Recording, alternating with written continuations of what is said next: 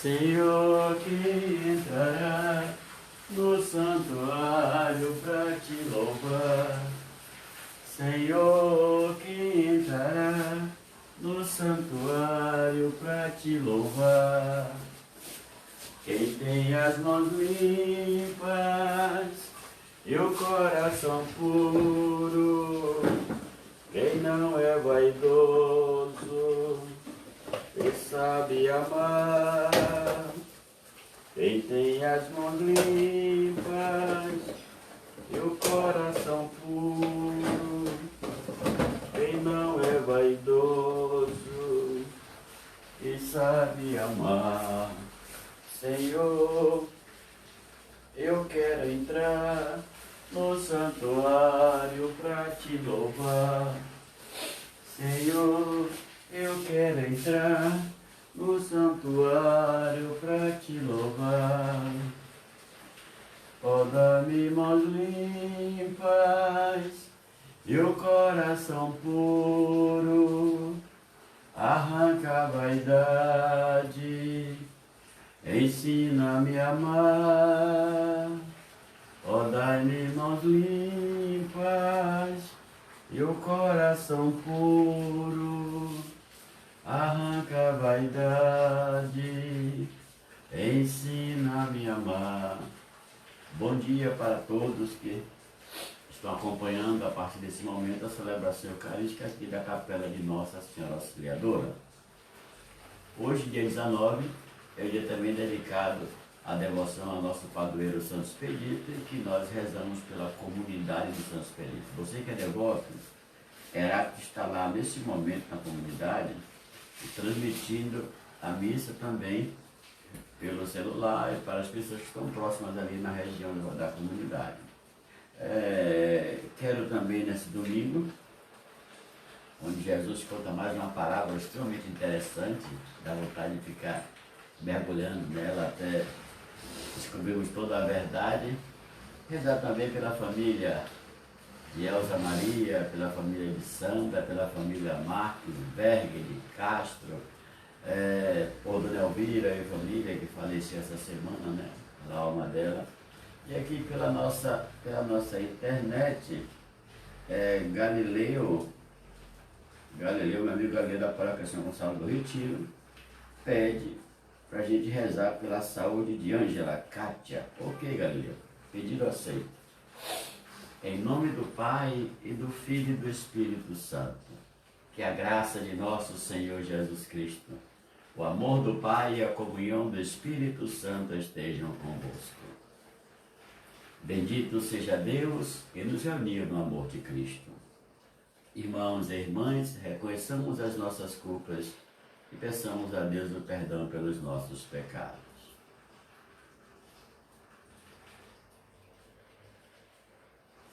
Tende piedade, tende piedade, tende piedade de nós, ó Senhor. Tende piedade, tende piedade. Vosso povo é santo, mas também é pecador. Vosso coração de Pai sabe perdoar. Vosso coração de Filho sabe perdoar. Vosso coração de Deus Consolador sabe perdoar, sabe perdoar. Tende piedade, tende piedade, tende piedade de nós, ó Senhor. Tende piedade, tende piedade. Vosso povo é santo, mas também é pecador. Deus Todo-Poderoso, tenha compaixão de nós. Perdoe os nossos pecados e nos conduz à vida eterna. Amém. Quando a igreja se levanta para exaltar o nome do Senhor Jesus, o céu e a terra em harmonia irão cantar o nome do Senhor Jesus. O Espírito de Deus ao nosso encontro vem, Os anjos se levantam para cantar também. Amém. Glória a nosso Deus. Santo é nosso Deus. Aleluia. Amém, amém. Glória a nosso Deus. Santo é nosso Deus. Aleluia. O louvor de Deus habita. Vamos provar dessa presença do Senhor. Sinta que em nosso meio está Jesus, o nosso Deus dominador. O Espírito de Deus ao nosso encontro vem. Os anjos se levantam para cantar também. Amém. Glória a nosso Deus. Santo é nosso Deus. Aleluia. Amém, amém. Glória ao nosso Deus. Santo é nosso Deus. Aleluia. Amém. Oremos. Ó Deus, sede generoso para com os vossos filhos e filhas, e multiplicai em nós os dons da vossa graça, para que, repleto de fé, esperança e caridade, guardemos fielmente os vossos mandamentos. Por nosso Senhor Jesus Cristo, vosso Filho, na unidade do Espírito Santo. Amém. Vamos então escutarmos as leituras deste domingo, da 16ª semana do Tempo Comum. Primeira leitura. Leitura do livro da sabedoria. Não há, além de ti, outro Deus que cuide de todas as coisas e a quem deva mostrar que teu julgamento não foi injusto. A tua força é princípio da tua justiça e o teu domínio sobre todos te faz para com todos indulgente. Mostras a tua força a quem não crê, na perfeição do teu poder, e nos que te conhecem castigas o seu atrevimento. No entanto, dominando tua própria força, julgas com clemência e nos governas com grande consideração. Pois quando quiseres, está ao teu alcance fazer uso do teu poder. Assim procedendo, ensinaste ao teu povo que o justo deve ser humano, e a teus filhos deste a confortadora esperança de que consegues o perdão dos pecados. Palavra do Senhor. Graças a Deus. Salmo responsorial. Ó Senhor, vós sois bom, sois clemente e fiel. Ó Senhor, vós sois bom, sois clemente e fiel. Ó Senhor, vós sois bom e clemente, sois perdão para quem vos invoca. Escutai, ó Senhor, minha prece, o lamento da minha oração. Ó Senhor, vós sois bom, sois clemente e fiel. As nações que criastes virão adorar e louvar vosso nome. Sois tão grande e fazer maravilhas. Vós somente sois Deus e Senhor. Ó Senhor, vós sois bom, sois clemente e fiel. Vós, porém, sois clemente e fiel. Sois amor, paciência e perdão. Tende pena e olhai para mim. Confirmai com vigor o vosso servo. Ó Senhor, vós sois bom, sois clemente e fiel. Segunda leitura. Leitura da carta de São Paulo aos Romanos. Irmãos, o Espírito vem em socorro da nossa fraqueza, pois nós não sabemos o que pedir, nem como pedir. É o próprio Espírito que intercede em nosso favor, com gemidos inefáveis. E aquele que penetra o íntimo dos corações sabe qual é a intenção do Espírito, pois é sempre segundo Deus que o Espírito intercede em favor dos santos. Palavra do Senhor. Graças a Deus.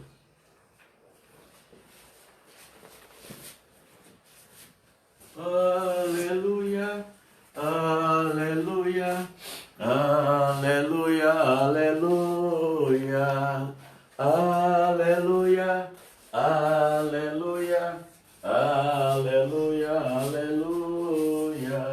Alguém do povo exclama como é grande, ó Senhor, que te gerou e alimentou. Jesus perguntou, ó mulher, pra mim és feliz, Quem soube ouvir a voz de Deus e tudo guardou. Aleluia, aleluia, aleluia, aleluia, aleluia, aleluia, aleluia, aleluia. O Senhor esteja convosco, Ele está no meio de nós. Proclamação do Evangelho de Jesus Cristo segundo Mateus. Glória a vós, Senhor. Naquele tempo, Jesus contou outra parábola à multidão. O reino dos céus é como um homem que semeou boa semente no seu campo. Enquanto todos dormiam, veio seu inimigo, semeou joio no meio do trigo e foi embora. Quando o trigo crescia e as espigas começaram a se formar, apareceu também o joio. Os empregados foram procurar o dono e lhe disseram: Senhor, não semeastes boa semente no teu campo? De onde veio então o joio? O dono respondeu: Foi algum inimigo que fez isso. Os empregados lhe perguntaram: Queres que vamos arrancar o joio? O dono respondeu: Não. Pode acontecer que arrancando o joio, arranqueis também o trigo. Deixai crescer um e outro até a colheita. E no tempo da colheita direi aos que cortam o trigo: arrancai primeiro o joio e amarrai em feixes para ser queimado. Recolhi, porém, o trigo no meu celeiro. Jesus contou-lhes esta parábola: o reino dos céus é como a semente de mostarda, que um homem pega e semeia no seu campo. Embora ela seja a menor de todas as sementes, quando cresce fica maior do que as outras plantas, e torna-se uma árvore, de modo que os pássaros vêm e fazem ninhos em seus ramos. Jesus contou-lhe ainda uma outra parábola. O reino dos céus é como o fermento que uma mulher pega e mistura com 3 porções de farinha até que tudo fique fermentado. Tudo isso Jesus falava em parábolas às multidões, nada lhe falava sem parábolas, para se cumprir o que foi dito pelo profeta: abrirei a boca para falar em parábolas, vou proclamar coisas escondidas desde a criação do mundo. Então Jesus deixou as multidões para ir para casa. Seus discípulos aproximaram-se dele e disseram: explica-nos a parábola do joio. Jesus respondeu: aquele que semeia a boa semente é o Filho do Homem. O campo é o mundo. A boa semente são os que pertencem ao reino. O joio, os que pertencem ao maligno. O inimigo que semeou o joio é o diabo. A colheita é o fim dos tempos. Os ceifeiros são os anjos. Como o joio é recolhido e queimado no fogo, assim também acontecerá no fim dos tempos. O Filho do Homem enviará os seus anjos, e eles retirarão do seu reino todos os que fazem outros pecados, e os que praticam o mal, e depois os lançarão na fornalha de fogo. Ali haverá choro e ranger de dentes. Então os justos brilharão como o sol no reino de seu Pai. Quem tem ouvidos, ouça. Palavra da salvação, glória a vós, Senhor. Não é natural começar uma liturgia pensando que as coisas poderiam ser diferentes daquilo que estamos vivendo no momento. Mas o mundo é real e o mundo, por ser real, também nos convida a participar dessa realidade humana, profundamente organizada.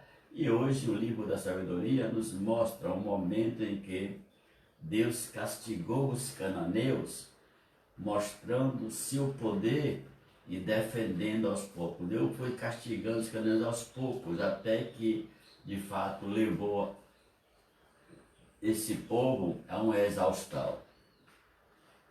Aí o autor proclama esse poder de Deus com grande garbo e alegria, justamente dentro de um monoteísmo. Isso é, Israel só tem um Deus. Não há além de ti outro Deus que cuide de todas as coisas. um Deus zeloso, apaixonado, bondoso, generoso, que até mesmo se propõe a defender Israel dos seus inimigos, porque o seu julgamento é justo. Isso é, Deus age com justiça, com imparcialidade e sem olhar quem ele está julgando. Deus, de fato, pune os cananeus e faz com que Israel resolva olhar para ele de novo e compreender quanto é importante ter a proteção divina. Ora, Deus mostra a tua força, domínio, te faz como todos indulgente, não faz acepção de pessoas. Trata todos iguais porque todos são seus filhos. Porém, os filhos rebelados, os filhos que foram de fato escolhendo caminhos que são anti-Deus, eles de fato pagaram por essa atitude como consequências próprias da vida escolhida. No entanto, dominando tua própria força, julgas com clemência. O autor diz que a força de Deus é uma força racional. Deus tem um certo controle sobre isso. Então, não é uma força desproporcional como aquela da natureza, que não tem racionalidade ou espiritualidade. A força divina, que ele de fato usa com clemência e que julgas com consideração, tem naturalmente um certo controle da parte de Deus que castiga de fato quem é atrevido ou quem provoca atrevimentos. No entanto, tua força julgas com clemência e nos governa com grande consideração. Aqui está um conceito moral importante, que é a consideração. A consideração, ela gera de fato um respeito e gera na verdade um limite, porque quando eu considero alguém, certas coisas jamais eu direi, jamais farei, ou jamais pronunciarei publicamente coisas degradantes, porque eu considero, né?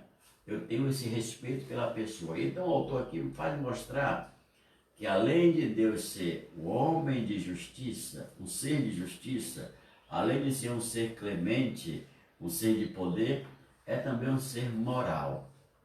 Ele tem consideração com todos aqueles que ele governa e que está ao teu alcance fazer uso do teu poder. Qual o alcance de Deus para exercitar o seu poder? Não existe. Porque tudo que foi criado está no alcance de Deus, no limite de Deus. Então não tem um local, aqui Deus não passa. Isso não existe. Todo o alcance de Deus está, além de tudo, transcendendo qualquer limite geográfico, moral, humano, terreno ou até mesmo espiritual. Porque tudo veio dele e ele é aquilo que é. Portanto, não tem um limite para Deus. Só ele é, só ele faz, só ele é de fato aquilo que é. E então, o autor vai um pouco adiante dizendo, olha, procedendo dessa forma, ensinaste ao teu povo que o justo deve ser humano. Certo? O justo não pode ser um super-humano. O justo, mesmo sendo justo, ele peca, ele erra, ele acerta. Ele é humano, porque se não fosse, seria divino, seria igual a Deus. E por ser humano e carregar em si limitações, fragilidades que vêm desde a sua criação, e se o homem fosse perfeito, seria igual a Deus. Deus colocou toda a sua perfeição no homem para que o homem agisse com liberdade, consciência e prudência diante de tudo que está ao seu redor. Não significa o perfeito aqui ser igual a Deus, isso é não ter limitações, não ter fragilidades. Ele é perfeito na condição de criatura de Deus. Racional, inteligível, proceder, né? Proceder com a sua limitação, com a sua finitude, com a sua fragilidade, mas não deixa de ser perfeito. E aí entra a questão do pecado. O pecado está muito mais ligado a duas coisas. A própria limitação do homem, a própria finitude do homem, também como a própria escolha que o homem faz. A limitação, a fragilidade existente nos homens, é um dos motivos pelo qual esse homem pode vir a pecar. Portanto, a teus filhos deste a confortadora esperança de que concedes o perdão aos pecadores. Por quê? Porque não tem pecado que Deus não perdoe. E ao mesmo tempo, Deus é conhecedor profundo do homem, enquanto criatura que saiu das suas mãos, da sua vontade e do seu querer. Portanto, Deus conhece muito bem o homem. O homem conhece pouco a Deus, porque quando o homem nasce já vê Deus. E ao contrário, Deus quando faz o homem não é nada. Então Deus o vê, o cria, o plasma e faz ser homem aquilo que ele é. Sopra sobre ele o sopro da vida, né? Halitar o sopro da vida, e o homem se torna homem. Vós, porém, sois clemente e fiel. Sois amor, paciência e perdão. Tudo isso é fruto de uma experiência da caminhada de Israel, e percebe esses grandes valores, essas grandes virtudes do próprio Deus, mediante as quedas, os pecados, fragilidades, infantilidades, desordem. Mediante esse vai e vem, essa conversão de valores é aqui proclamada com grande entusiasmo da parte do autor do livro. No caso aqui, é de fato atribuído a Salomão. Tende pena e olhai para mim, confirmai com vigor o vosso servo. No final do texto tem essa espécie de clemência que é pedido pela parte do autor, que na sua discussão temerária e reflexão naturalmente composta de espiritualidade e conhecimento histórico, ele pede que Deus tenha pena e olhe para ele, confirmando com vigor o vosso servo. É como se o autor estivesse pedindo continuar no reino, mesmo depois de todos os pecados da idolatria. Salomão aqui abre o coração e pede a Deus que o confirme, que não o expulse do reino e não o faça de fato pagar pelos seus pecados.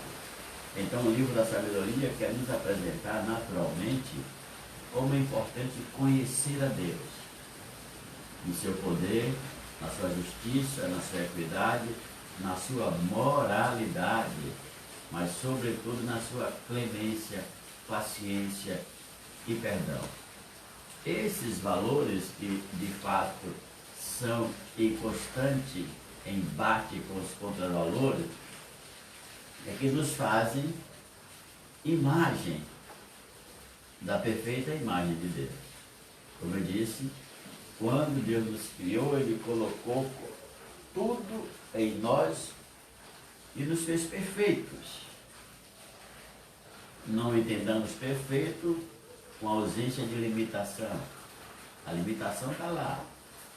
A fragilidade está lá, porque é um homem. É diferente do perfeito enquanto ser divino.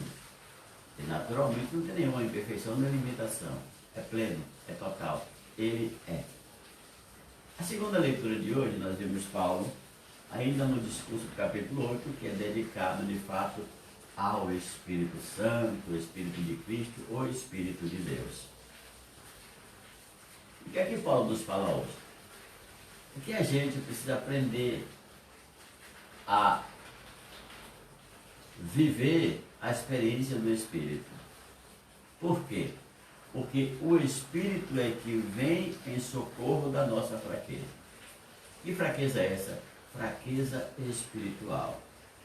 Essa fraqueza espiritual por não conhecer a Deus, por não conhecer o nosso coração, por não conhecer naturalmente a vivência e a experiência do Espírito, nós acabamos por não saber o que pedir e nem como pedir. Então, somos analfabetos diante de Deus quando falamos das grandes esferas espirituais para chegar até Deus. E essas esferas são iluminadas pelo Espírito que está em mim, porque eu já recebi o batismo. Diante desse quadro, nós não sabemos pedir, e de fato, nem como pedir, Só tem algo que pode fazer isso por nós. Esse alguém é o Espírito que intercede em nosso favor com gemidos inefáveis. O Espírito tem uma linguagem própria para falar com Deus, pedir socorro a Deus. Não é uma linguagem, não está falando em língua nem nada. O Espírito, por sua natureza, que habita em nós, e Deus que conhece o que está no nosso coração e a vontade dele, que é aprender com o Espírito e saber do Espírito o que Deus quer para a vida dele. Esse Espírito, com seus gemidos, não é uma linguagem humana, compreensível à racionalidade. É uma linguagem própria que você não tem como traduzir isso em termos humanos. Não é balbuciar, não é ficar arrebatado, não é nada disso. É uma linguagem que só o Espírito de Deus entende. Estamos falando do limite humano aqui. Com gemidos inefáveis, para sensibilizar o coração de Deus, o Espírito Santo geme inefavelmente, pedindo a Deus que venha em nosso socorro. E Deus, que penetra o íntimo dos nossos corações, sabe qual é a intenção do Espírito. Só Deus penetra, nem nós conseguimos isso. Só Deus penetra no íntimo dos nossos corações. Por isso ele sabe, de fato, qual é a intenção do Espírito. E qual é a intenção do Espírito? Que a gente esteja em plena comunhão com Deus, em plena atividade espiritual com Deus e possa evangelizar o nosso externo, a nossa vida, como a vida dos irmãos. Pois é sempre, segundo Deus, que o Espírito intercede em favor dos santos, cristãos. Portanto, aqui essa segunda leitura, ela nos mostra a necessidade de conhecermos e experimentarmos a vida no Espírito. Não como fazem os pentecostais do nosso tempo. A vida no Espírito começa com o Espírito que geme inefavelmente e nos traz, de fato, Deus para perto, e Deus que conhece os nossos corações no íntimo, sabe do que a gente precisa. Então o Espírito aqui entra como um intercessor da vontade do coração para chegar até Deus. Como o nosso intercessor, literalmente, que pede a Deus na sua linguagem, no seu jeito, na sua forma de se direcionar a Deus, e vem em nosso socorro. Porque é o Espírito que intercede em favor dos santos. Se queremos ampliar essa reflexão, poderíamos entender aqui, como Jesus disse, olha, eu enviarei o outro, o Paráclito, e ele vos fará recordar todas as coisas. A extensão desses gemidos inefáveis e dessa intercessão, ela pode se dilatar do coração humano e se espalhar por toda a igreja. Porque todos devemos, com o Espírito Santo e do Espírito Santo, pedirmos uns pelos outros, para que esse gemido se torne universal e todos sejamos beneficiados e Deus nos revele de fato a vontade dele para a nossa vida. E no Evangelho de hoje é a continuação da parábola,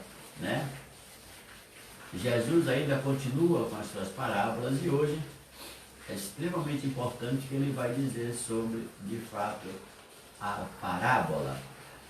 São 3 parábolas, que podemos dividir em 4 partes do texto.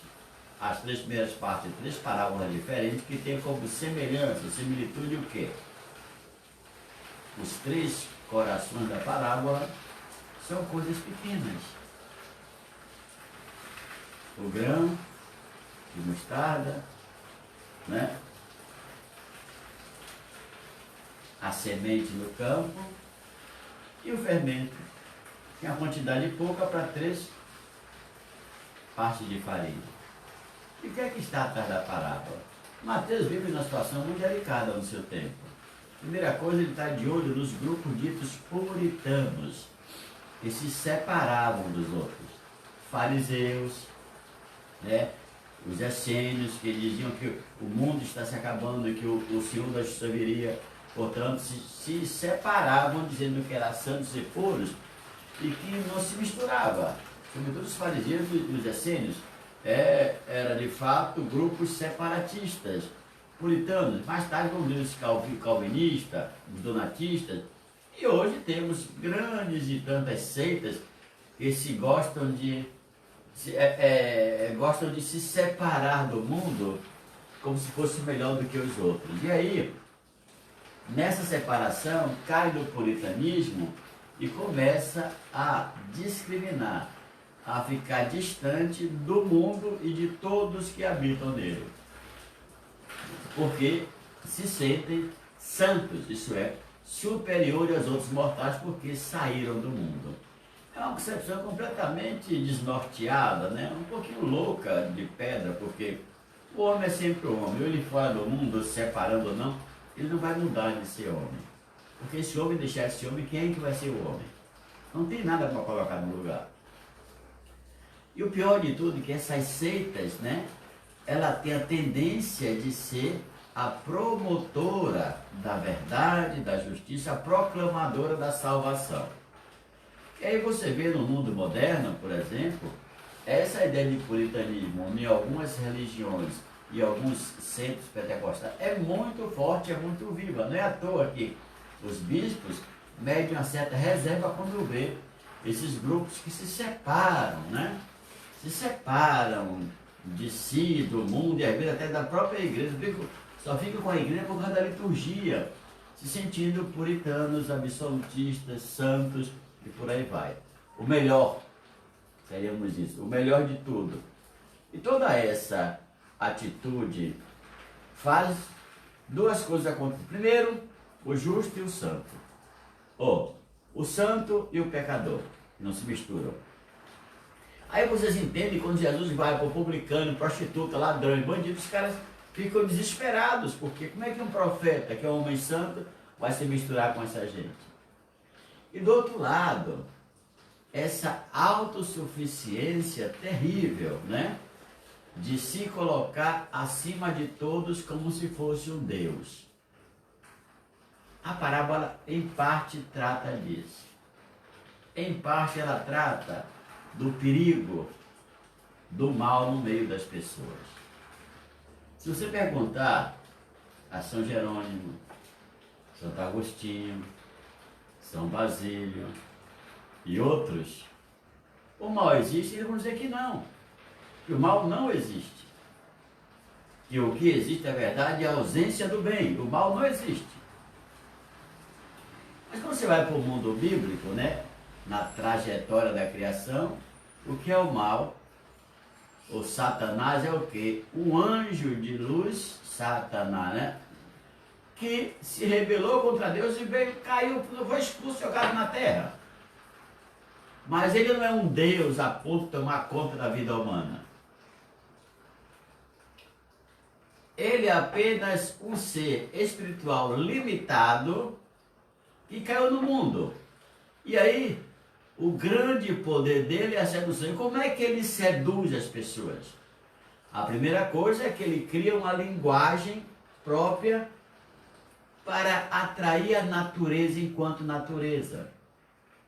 Porque a natureza é bem humana, ele vive no mundo humano, então ele conhece, vai seduzindo por meio da natureza, por meio da pureza, da natureza.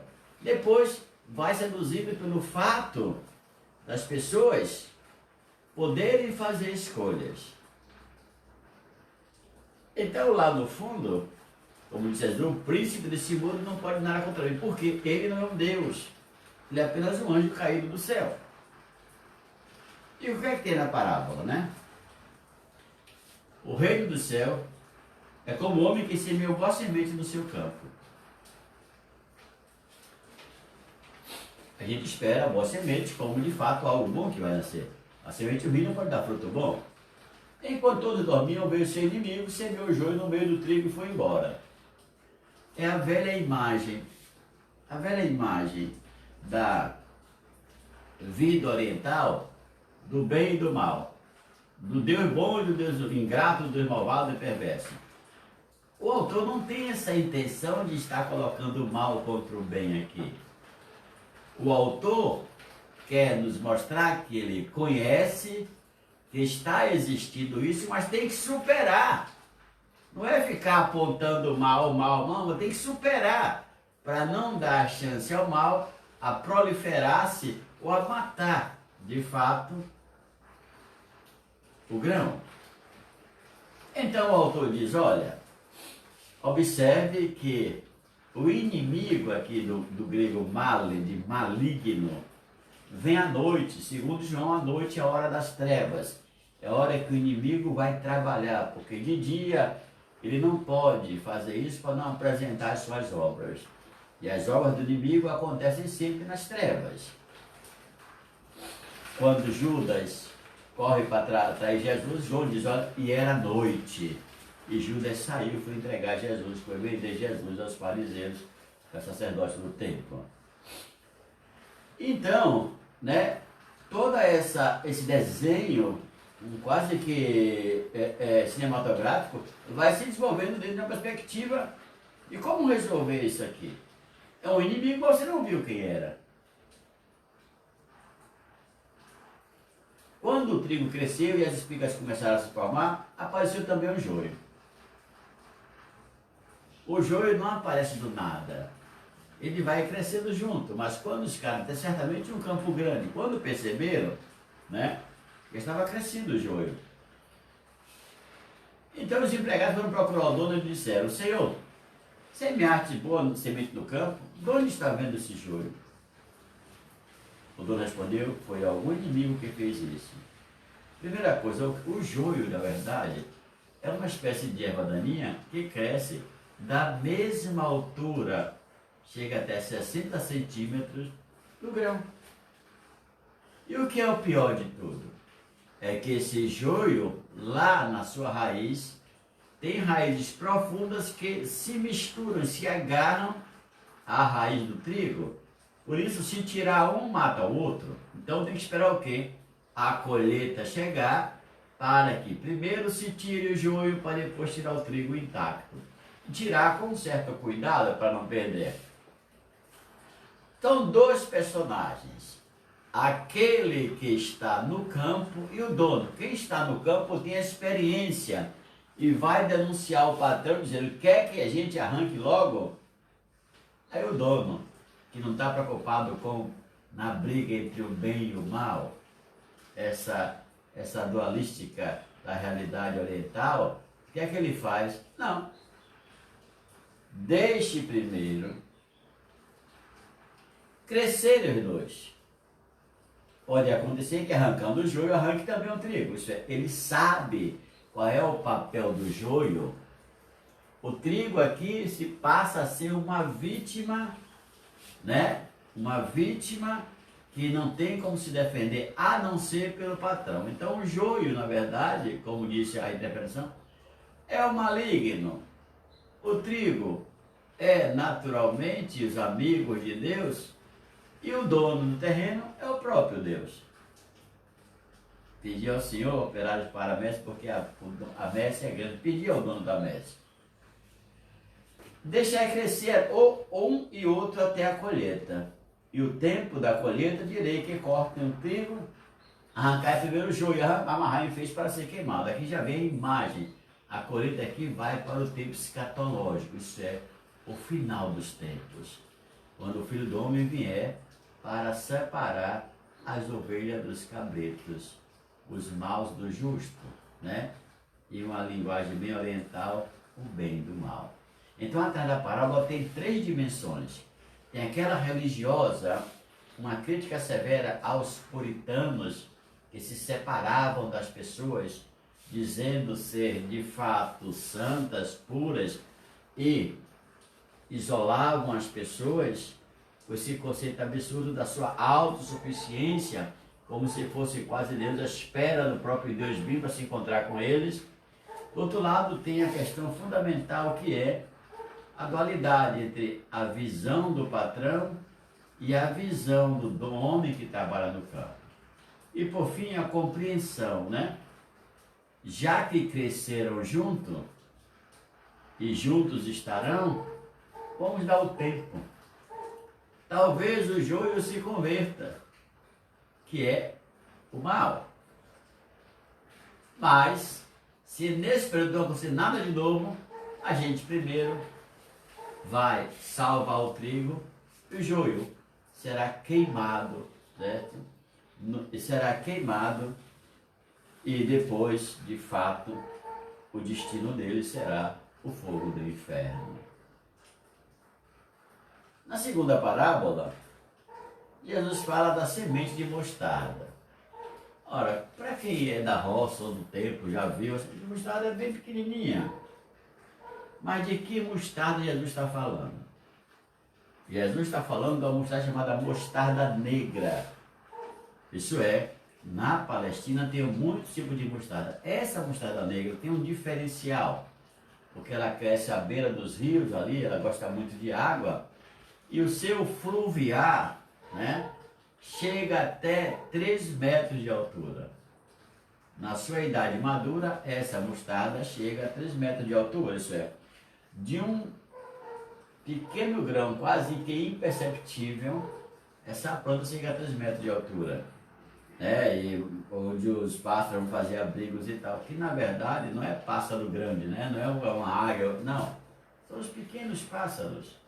E vão fazer ali a sua ninho. Por quê? Aqui tem também a lembrança da árvore da vida, que é sinal da proteção divina aos pequeninos. Então, os pássaros são os pequeninos e a mostarda passa a ser a árvore da vida, onde todos são protegidos por Deus. Então, essa mostarda cresce tanto que chega a escandalizar como o reino de Deus. Que como a semente, que como a mostarda parece invisível. Mas com o passar dos anos nós percebemos a sua profunda dimensão e dilatação pelo planeta afora. E então, toda essa imagem da mostarda é para mostrar também 2 elementos. Primeiro, a invisibilidade, a imperceptibilidade do reino de Deus, que cresce tanto que o homem não pode mais medir, figura da mostarda, né? E que essa mostarda lembra a árvore do mundo, a árvore da vida, a árvore plena, a árvore do paraíso, né? Onde se encontra abrigo, assim chamada árvore de Deus, onde todos são abrigados, sobretudo aqueles que são chamados de justos aos olhos de Deus. Diante desse quadro, Jesus ainda vai para uma outra parábola. É aquela do fermento. O que é que tem nessa parábola interessante? É uma coisa do dia a dia da dona de casa. Normalmente no fim de semana a dona de casa faz um bolinho, né? Jesus quer atingir esse tipo de pessoa, essa classe feminina, né? E apresentar um exemplo para que as pessoas compreendam melhor. E dá o exemplo do fermento. Que a mulher pega o fermento, mistura com farinha e do nada o bolo cresce e fica bonitão lá. São 3 imagens para nos mostrar de fato como cresce, como desenvolve o reino dos céus, que não depende só da força humana, mas da sua invisibilidade e eficácia, da graça natural que o próprio Deus infunde no reino, que precisa do nosso esforço como operários do reino, mas que não depende exclusivamente de nós, mas da ação de Deus por meio do Espírito no meio dos homens. Então as 3 parábolas nos apresentam conjecturas quase que semelhantes, sobretudo quando falamos do tamanho dos objetos, né? Semente, como é que diz? Mostarda e fermento. O que é que tem de comum? Que todos crescem invisivelmente. Hoje dá para você ver, mas naquela época não dava. E crescem tanto a ponto de surpreender aqueles que não esperavam nada do reino de Deus. Diante desse quadro, o autor, né, lembra que um dos apóstolos questionaram Jesus por que é que ele falava em parábolas. E a citação que vem defender essa tese do falar em parábolas é mais uma vez colocada na pessoa de Isaías, quando diz: nada lhes falava assim, sem usar parábolas, para se cumprir o que foi dito pelo profeta Isaías: abrirei a boca para falar em parábolas, vou proclamar coisas escondidas desde a criação do mundo. Em poucas palavras, aqui tem o mistério da revelação, que foi permitido só aos pequeninos. Os mistérios do reino só aos pequeninos, porque os sábios, os entendidos, né, os autossuficientes, os homens de grande capacidade intelectual, religiosa e tal, já estão estufados, inchados de conhecimento. O coração não cabe mais nada, endureceram o coração com a forma de pensar, de agir e de saber. Então são essas pessoas que Jesus fala em parábola para forçar também o entendimento, a busca do intelecto para compreender qual é a verdade. E aí é uma questão de consciência fundamental. Quando Jesus terminou, ele chamou, chegando em casa, chamou os apóstolos para ver se eles tinham entendido. E então Jesus tem uma surpresa. Seus discípulos se aproximaram dele e disseram: explica-nos a parábola do joio. A mesma dinâmica da semana passada. Depois de ter falado, Jesus volta a casa e tem essa catequese privada. Quanto falta, minha gente, essa catequese privada nos dias de hoje? A gente às vezes vê os catequistas como diáconos permanentes em cima do altar, para lá e para cá, e quando na verdade deveria estar na catequese bíblica, em grupos, orientando, formando pessoas, e não estar sempre nos altares celebrando o dia da palavra. O homem da palavra não pode ficar só no altar. O altar é exclusivo do sacerdote. É o local do sacrifício. Então fica parecendo que tem o meio padre ali celebrando e tal, e alguns tiram onda até de, sei lá de quê. Então, a catequese, e aqui vem o modelo de Jesus, é extremamente importante, porque explica as coisas difíceis e fáceis. Orienta o coração, a alma e o comportamento das pessoas. Você é cara a cara com aquilo. Então tem que ser uma dedicação exclusiva àquelas pessoas, porque o que virá no futuro você não sabe. A comunidade tem que estar muito bem preparada com essa catequese. E Jesus sabe da necessidade dos homens. Não é que eles fossem todos burros, não. Mas que há necessidade de aprender. E aqui é o que você não vê nos católicos. Essa necessidade, esse desejo profundo de aprender as coisas de Deus, mas sobretudo aprender sobre a Sagrada Escritura. Você não vê, parece que tem alergia, né? Então assim, quando a gente se desfalece, se destaca da Escritura Sagrada, então, e fica atrás de documento A, B, C, de leiturinha ali, leiturinha cá, então isso não é profundo. A profundidade está na interpretação, na explicação, na exegese do texto. É o que Jesus faz. Quando eles perguntaram, Jesus sabia de cor as respostas, porque já estava bem conhecedor, revelador da Escritura Sagrada, o único intérprete verdadeiramente do Pai. E Jesus explica de maneira muito simples: olha, o inimigo que semeia o joio é o diabo. É a causa do crescimento do joio. A colheita é o fim dos tempos. E os ceifeiros são os anjos.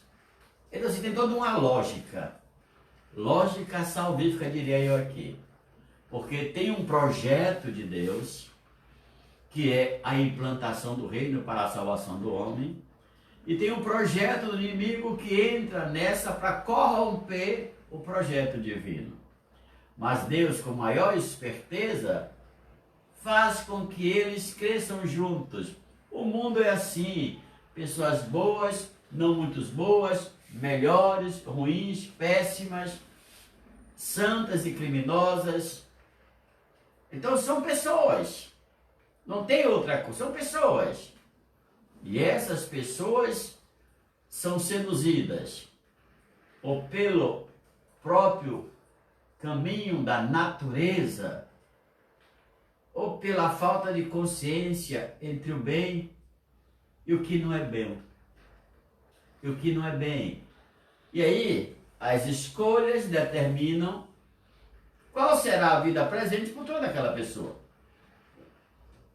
Insisto em dizer, uma catequese bíblica, ela jamais será esquecida quando bem feita, bem realizada e que aceita por um coração que está disposto a compreender a palavra de Deus, a aceitar a palavra de Deus, porque está sedento, a sua alma precisa disso.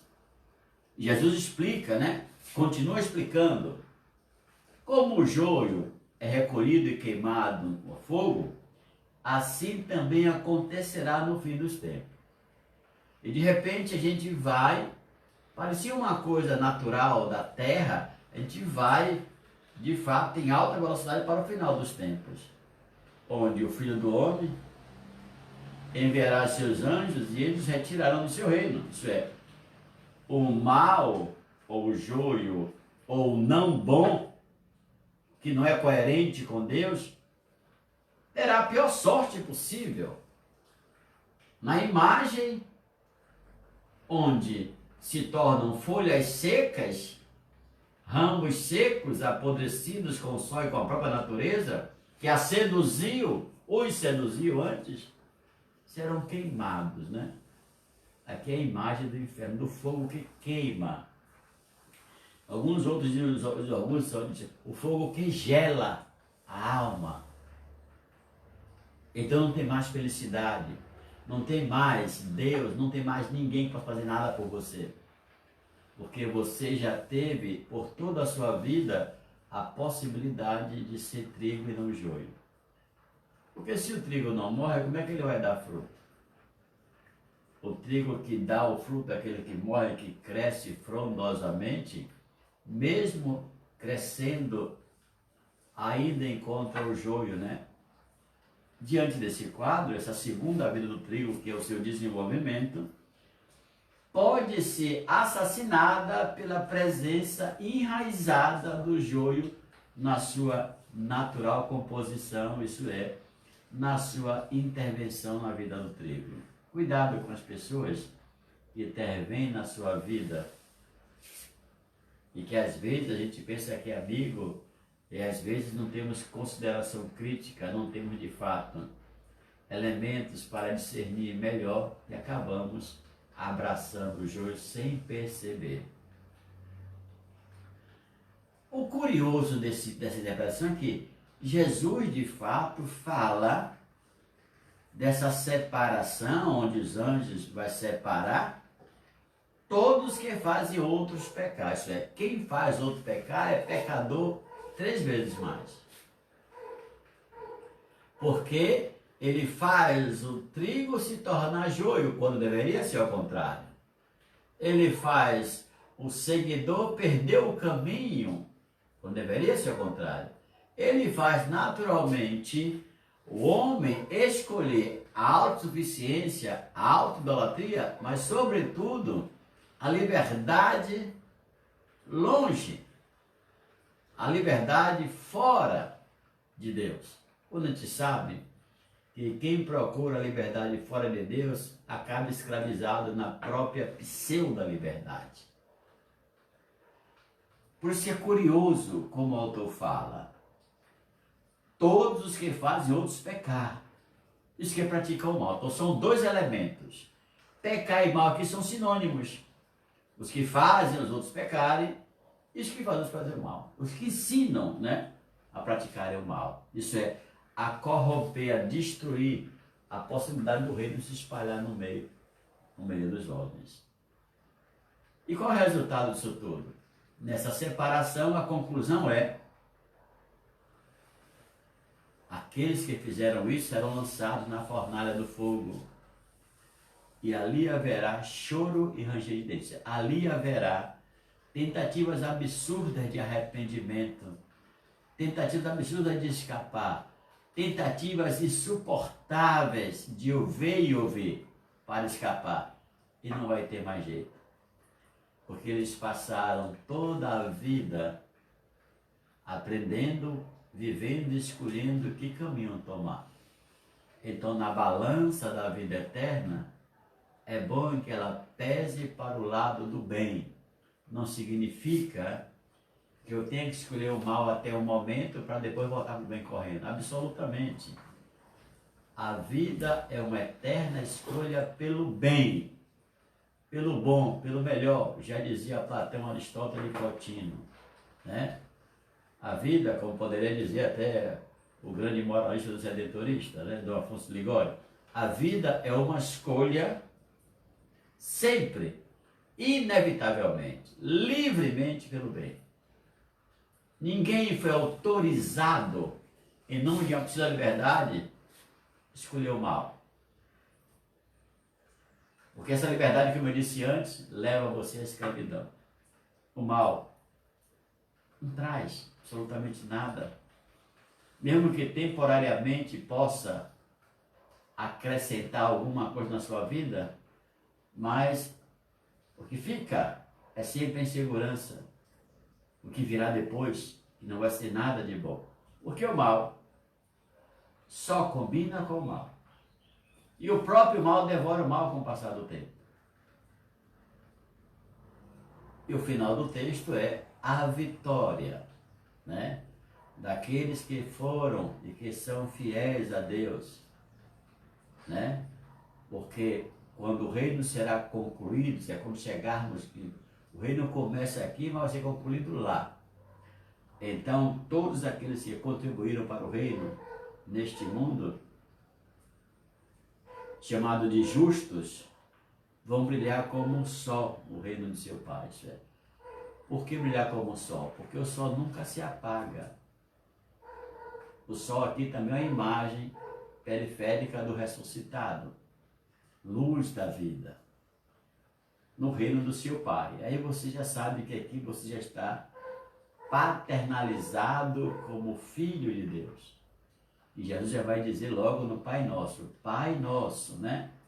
Portanto, nessa semana, nesse domingo, agradeçamos a Deus por esse tão grande ensinamento de Jesus sobre as parábolas, né? Que nos certifica do perigo, porque o mundo de Deus não tem o famoso mal. Ele foi expulso, é um anjo rebelado, é apenas um anjo e nada mais, não tem mais nada do que isso. Então não é um Deus para ficar absolutamente metendo no meio das pessoas aquilo, não é nada disso.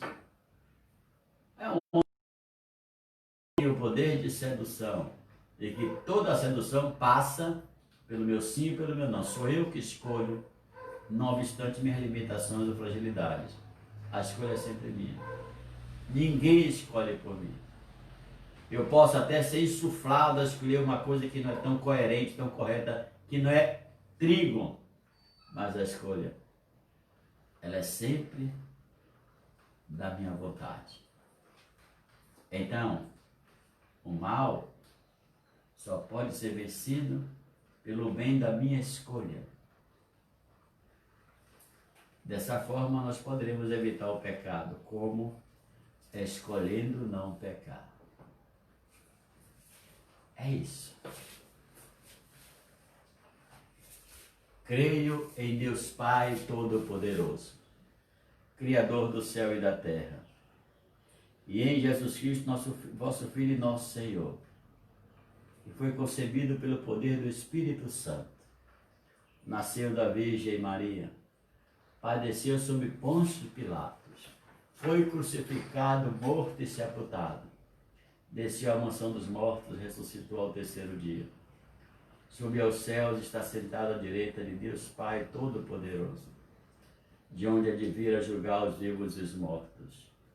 Creio no Espírito Santo, na Santa Igreja Católica, na comunhão dos santos, na remissão dos pecados, na ressurreição da carne, na vida eterna. Amém. Vamos oferecer a Deus as nossas preces. Peçamos especialmente pela família de Dona Elvira, que a perdeu nesta quarta-feira passada, por todos aqueles que estão rezando conosco nesse momento, pelo Papa Francisco, que Deus dê saúde, iluminação, sabedoria para guiar como pastor da igreja no mundo inteiro esse rebanho. Peçamos também pelo nosso Bispo Sérgio, que ao iniciar o seu trabalho nessa arquidiocese, possa de fato, à luz do Espírito, realizar com dignidade, sabedoria e prudência a sua missão. Peçamos também por todas as comunidades da nossa arquidiocese que passam por essa tempestade, cremos, temporária. E hoje, de maneira particular, quero pedir pela Irmã Santo Expedito, hoje é dia da devoção. Você não foi lá ainda, vai lá dar um pulinho, que está lá até 1h30 da tarde. Vai lá dar um pulinho no meu santo, que é o seu padroeiro, né? O santo das causas urgentes e impossíveis. Eu sei que nós temos muitas causas urgentes e impossíveis. Vai lá, dá um pulinho lá. Vai lá e fala com o Santo Expedito. Também rezemos por todas as pessoas que estão nesse fronte, né, contra a pandemia, arriscando suas vidas. Não só as pessoas da área de saúde, mas militares, bombeiros e tantas outras pessoas, assistente social, tanta gente que está aí ajudando de corpo e alma para conseguir. Pedimos também pelos cientistas, né? Pelos cientistas que encontrem uma saída e realize de fato, por meio dessa saída, a vontade de muitos, que é, ou de todos nós, né? Que é o encaminhar de uma vacina para termos a tranquilidade definitiva de que esse mal não volte a nos incomodar. Meu coração é para ti, Senhor. Meu coração é para ti, Senhor. Meu coração é para ti, Senhor. Meu coração é para ti. Porque tu me deste a vida, porque tu me deste o existir, porque tu me destes o carinho, me deste o amor, oh, porque tu me deste a vida, porque tu me deste o existir, porque tu me destes o carinho, me deste o amor. O pão e o vinho são para ti, Senhor. O pão e o vinho são para ti, Senhor. O pão e o vinho são para ti, Senhor. O pão e o vinho são para ti. Porque tu me deste a vida, porque tu me deste o existir, porque tu me destes o carinho, me deste o amor. Oremos, irmãos e irmãs, para que o nosso sacrifício eucarístico seja aceito por Deus Pai Todo-Poderoso. Receba, ó Senhor, por tuas mãos este sacrifício, para a glória do seu nome e para o nosso bem de toda a Santa Igreja. Acolhei, ó Pai, os dons que recebemos da vossa bondade e trazemos a este altar. Fazei que estes sagrados mistérios, pela força da vossa graça, nos santifiquem na vida presente e nos conduzam à eterna alegria por Cristo nosso Senhor. O Senhor esteja convosco, Ele está no meio de nós. Corações ao alto, o nosso coração está em Deus. Demos graças ao Senhor e nosso Deus. É nosso dever e nossa salvação. Na verdade, é justo e necessário. É nosso dever e salvação darmos graças sempre em todo lugar. Senhor Pai Santo, Deus eterno e todo-poderoso, em vosso amor de Pai, criastes o homem e a mulher, dando-lhes origem e destino divinos. E quando pecaram quebrando a aliança, a vossa justiça os puniu, mas vossa misericórdia os resgatou. Por Cristo, vosso Filho, Senhor nosso. E enquanto esperamos a glória eterna, proclamamos o vosso louvor.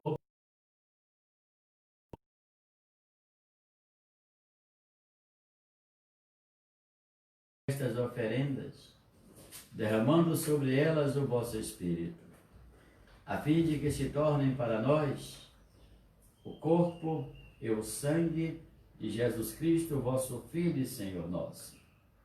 Santificai a nossa oferenda, ó Senhor, estando para ser entregue e abraçando livremente a sua paixão. Jesus tomou o pão em suas mãos, deu graças e o partiu, e o deu a seus discípulos, dizendo: tomai todos e comei, isto é o meu corpo que será entregue por vós. Meu Senhor e meu Deus, eu creio, mas aumentai a minha fé. Do mesmo modo, ao fim da ceia, Jesus tomou o cálice em suas mãos, deu graças novamente e o deu a seus discípulos, dizendo: tomai todos e bebei. Este é o cálice do meu sangue, o sangue da nova e eterna aliança, que será derramado por vós e por todos para a remissão dos pecados. Fazei isto em memória de mim.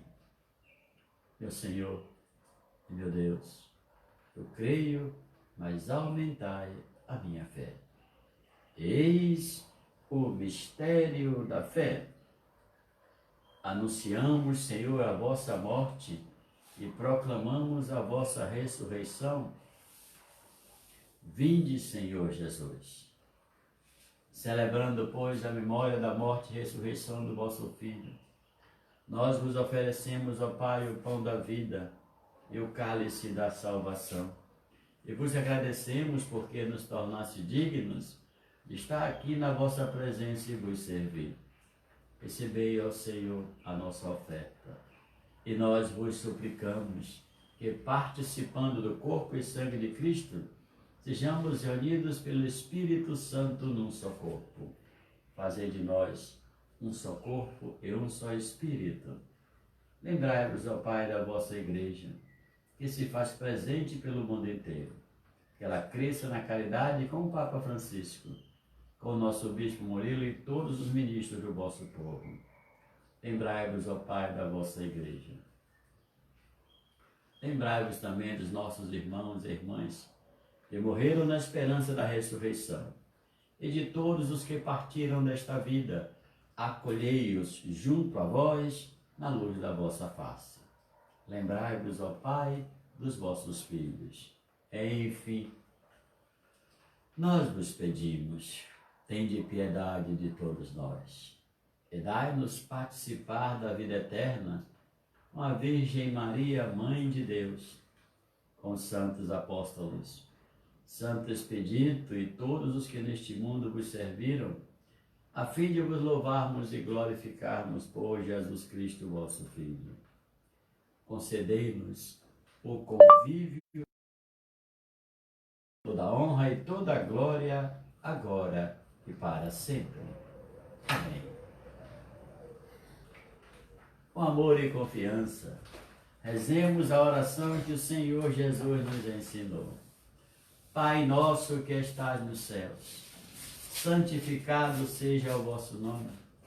Venha a nós o vosso reino, seja feita a vossa vontade, assim na terra como no céu. O pão nosso de cada dia nos dai hoje. Perdoai as nossas ofensas, assim como nós perdoamos a quem nos tem ofendido. E não nos deixeis cair em tentação, mas livrai-nos do mal. Amém. Livrai-nos de todos os males, ó Pai, e dai-nos hoje a vossa paz.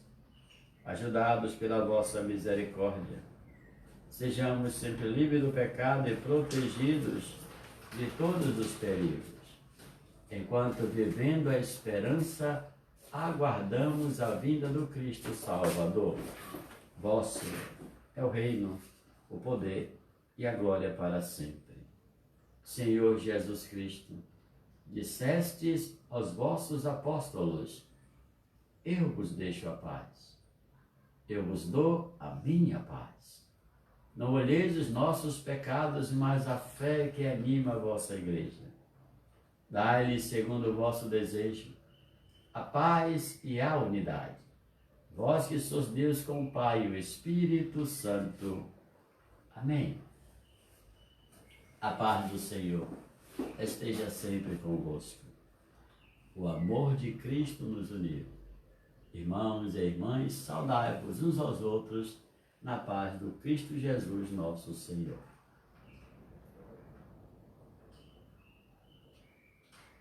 Cordeiro de Deus, que tirais o pecado do mundo, tende piedade de nós. Cordeiro de Deus, que tirais o pecado do mundo, tende piedade de nós. Cordeiro de Deus, que tirais o pecado do mundo, dá-nos a paz. Felizes os convidados para a ceia do Senhor. Eis o Cordeiro de Deus, que tira todo e qualquer pecado do mundo. Senhor, eu não sou digno que entreis em minha morada, mas dizei uma só palavra e eu serei salvo. Que o corpo de Cristo nos guarde para a vida eterna. Amém.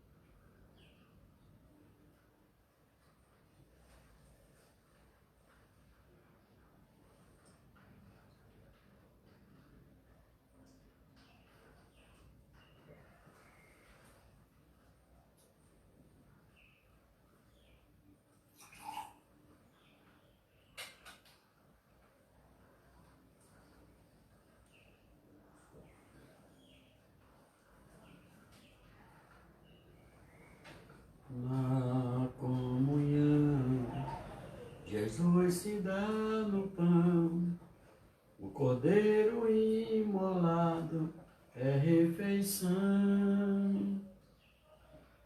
nosso alimento de amor e salvação. Ante desse altar somos irmãos. O pão da vida és tu, Jesus, o pão do céu. O caminho, a verdade, via de amor, dom de Deus, nosso Redentor. O pão da vida és tu, Jesus, o pão do céu. O caminho, a verdade, via de amor, dom de Deus, nosso Redentor. Lembrando ainda, a Conversa Espírita continua aberta, né? Hoje é o dia da devoção, compareça lá para ajudar a sua comunidade. A chuva já foi embora, o sol está aí ao nosso lado, nos convidando, vá com sua máscarazinha, chegue lá rapidinho, faça as suas orações e ajude a sua comunidade. Hoje não podemos celebrar porque normalmente a missa de Santo Expedito, a devoção, nós celebramos quando é durante a semana, celebramos de manhã também, porque só temos uma missa à noite. Como foi domingo, hoje a preferência é da missa pascal, ou seja, a missa do domingo. Então, vamos agora rezar a oração de Santo Expedito. para que Ele, com a sua poderosa intercessão, possa agir e pedir a Deus por nós, pelas nossas intenções. Meu santo expedito das causas justas e urgentes, socorrei-me nesta hora de aflição e desespero, e intercedei por mim junto ao nosso Senhor Jesus Cristo. Vós que sois um santo guerreiro, vós que sois o santo dos aflitos, vós que sois o santo dos desesperados, vós que sois o santo das causas urgentes, protegei-me, ajudai-me, dai-me forças, coragem e serenidade. Atendei ao meu pedido.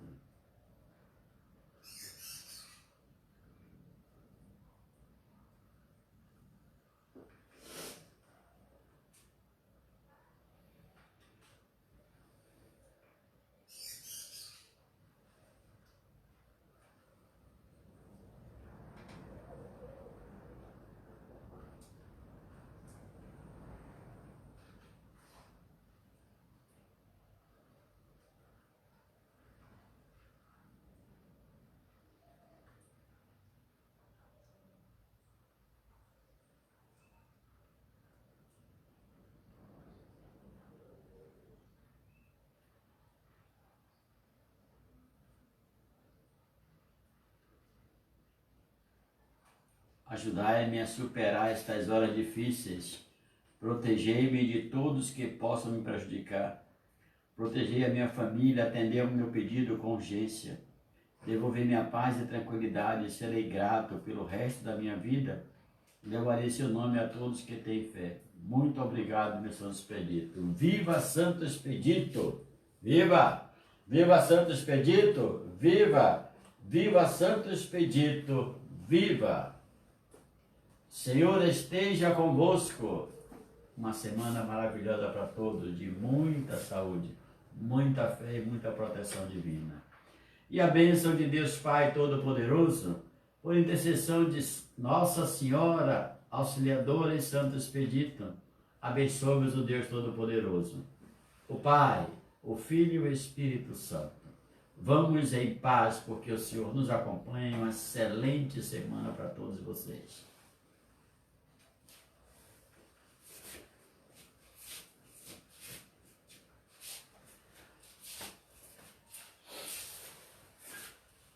Maria de Nazaré, Maria me cativou, fez mais forte a minha fé e por filho me adotou. Às vezes eu paro e fico a pensar e sem perceber e vejo a rezar, meu coração se põe a cantar pra Virgem de Nazaré. Menina que Deus amor escolheu, pra mãe de Jesus, o Filho de Deus, Maria que o povo inteiro elegeu, Senhora e Mãe do céu. Ave Maria, Ave Maria, Ave Maria, Mãe de Jesus. Fica com Deus, um bom final de semana e amanhã no mesmo horário, às 19h30, estaremos aqui com fé em Deus para celebrarmos a Eucaristia. Bom domingo.